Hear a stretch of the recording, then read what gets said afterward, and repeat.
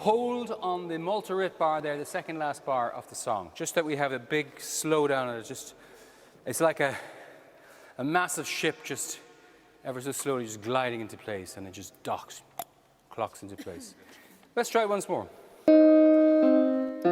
2, 3, 4.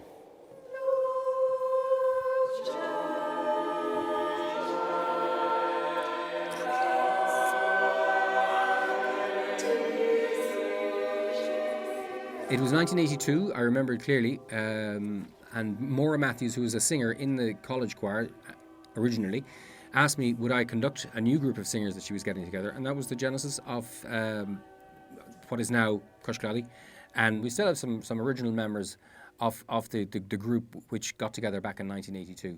And there were some fairly definite plans or ideas, musical ideas.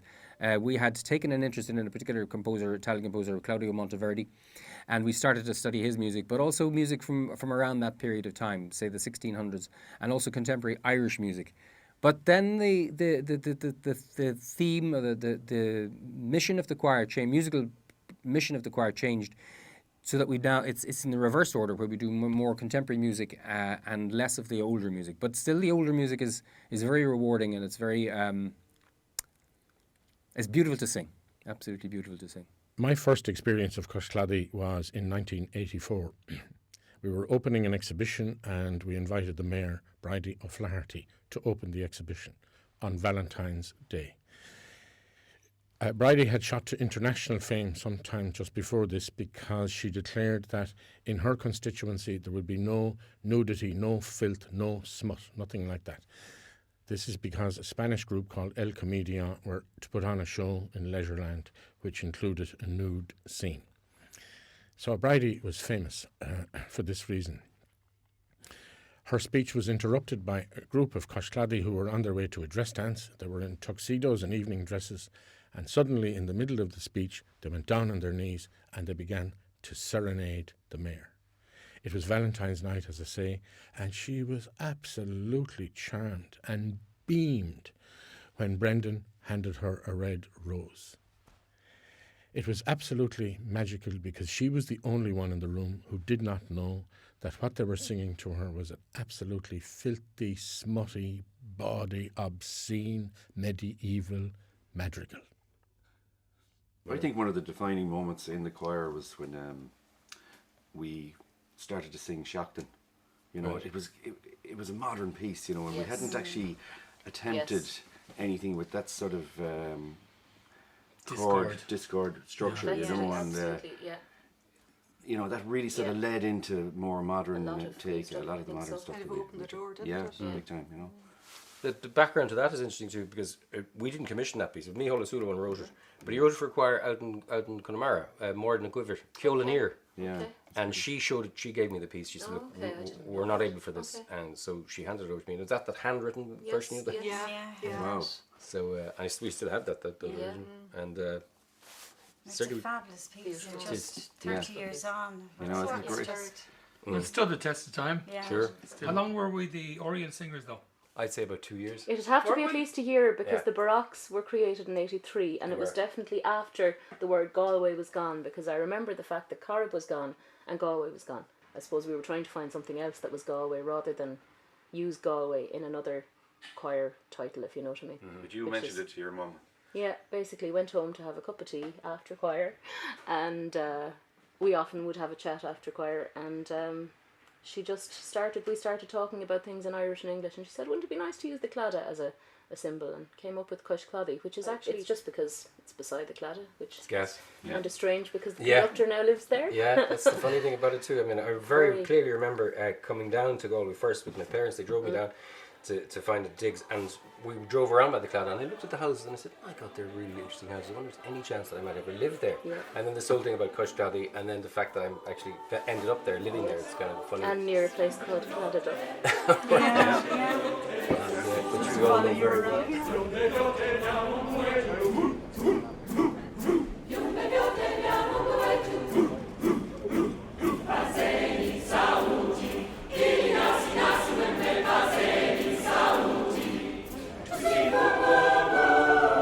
Let all things their Creator bless, and worship Him in humbleness.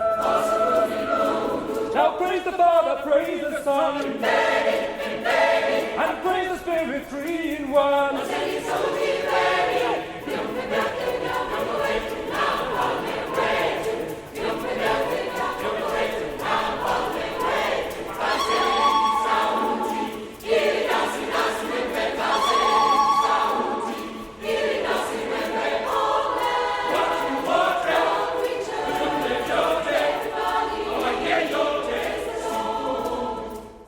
Singing is like giving part of yourself, part of your heart and soul to different people. To listen to the choir as well, being involved in the choir, it's just, I can't describe it, it's something mystical.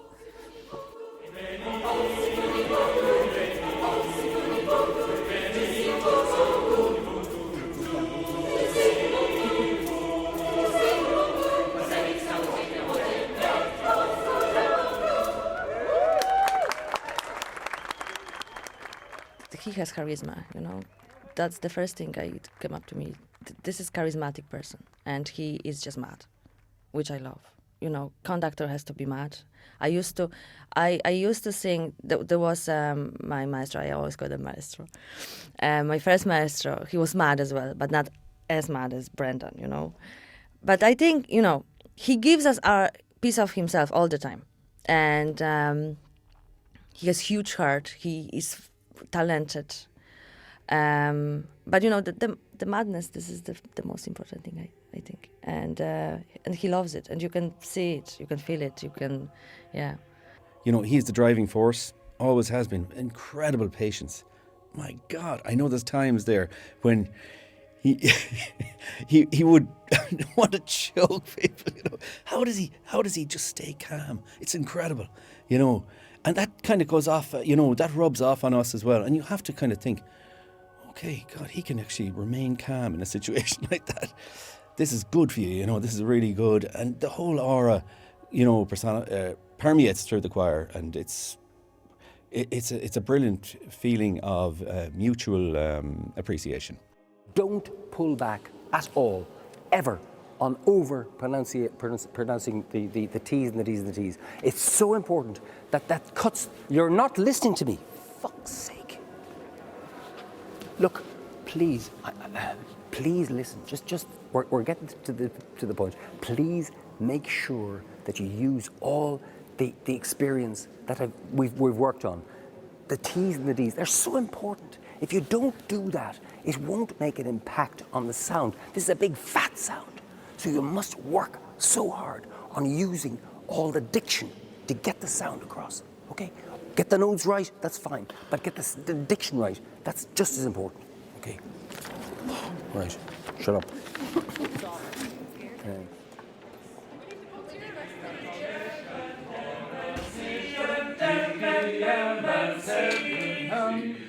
Altos and tenors. We have commissions for our mission 3 p.m. The happiest times for me are always the Monday evening rehearsals. It's such a wonderful thing to look forward to on a Monday evening after a busy day in surgery, working away all day, talking to patients.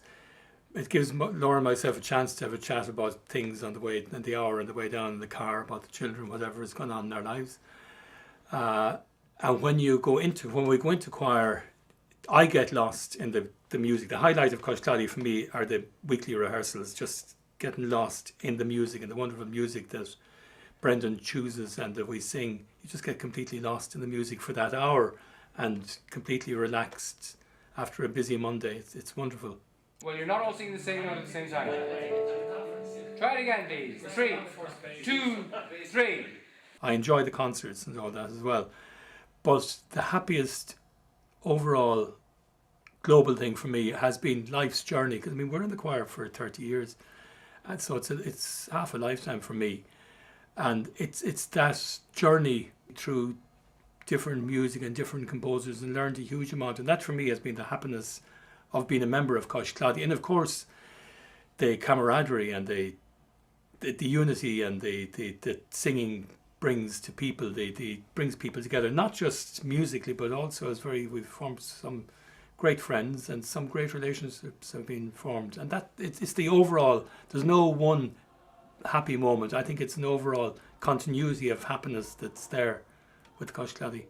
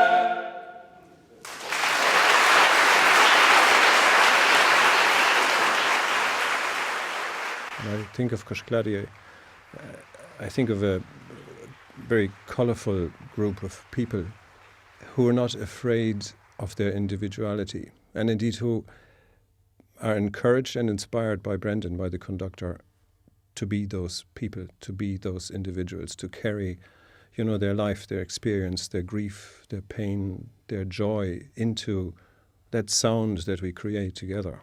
And that's, quite a different philosophy of choral singing than I have experienced with other choral conductors. But Brendan gives the choir that freedom, to either do it or not.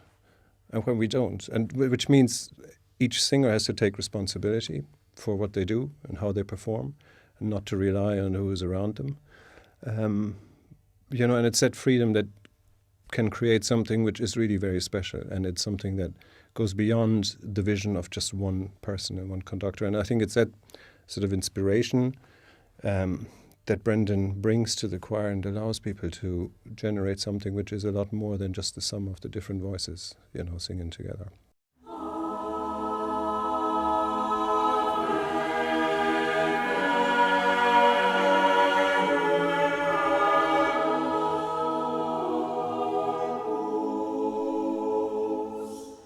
Well, you get to know people very well in the choir because you spend a lot of time with them, because we travel, abroad sometimes. We travel to different places in Ireland, and you inevitably travel with people in the car or in the boat or wherever you're going, and you get to know people. And the whole tapestry of Cois Cladaigh are the members, I suppose, and it's lots of fun. We can have lots of fun. We're travelling to Spain in November. That's our trip abroad this year, and we're to perform in Seville and Cordoba. And it's always really good fun to go on those trips, because it just makes it very special, that kind of travel, because you're going into very beautiful places, very sacred kind of spaces, old churches with beautiful acoustics, and you feel like you're part of the place because you're contributing somewhat to the place culturally, and you're getting feedback from the audience, because normally we would ensure that we'd perform a piece in the native language. Like we're singing a couple of Spanish pieces. And last year we went to Krakow and we sang a couple of Polish pieces. And, you know, people feel like they connect with you or you connect with them, even though you don't have their language, but you sing a piece in their language. It's a communication that you mightn't otherwise get if you were just travelling as a regular traveller to a place, you know.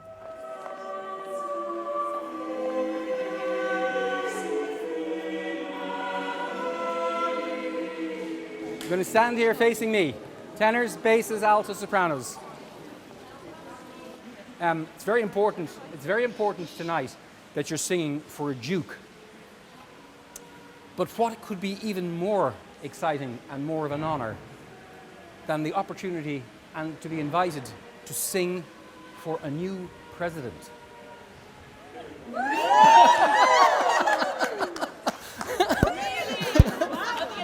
Yeah. And the song that has been chosen is Bannock. I'm not, well, this is what I've been told. Isn't that amazing? Was it? Oh, good man, Nick. Well, okay. I don't know where the inauguration is. Is it in the Dáil? O Beatum. God, you're back to work very quickly. No.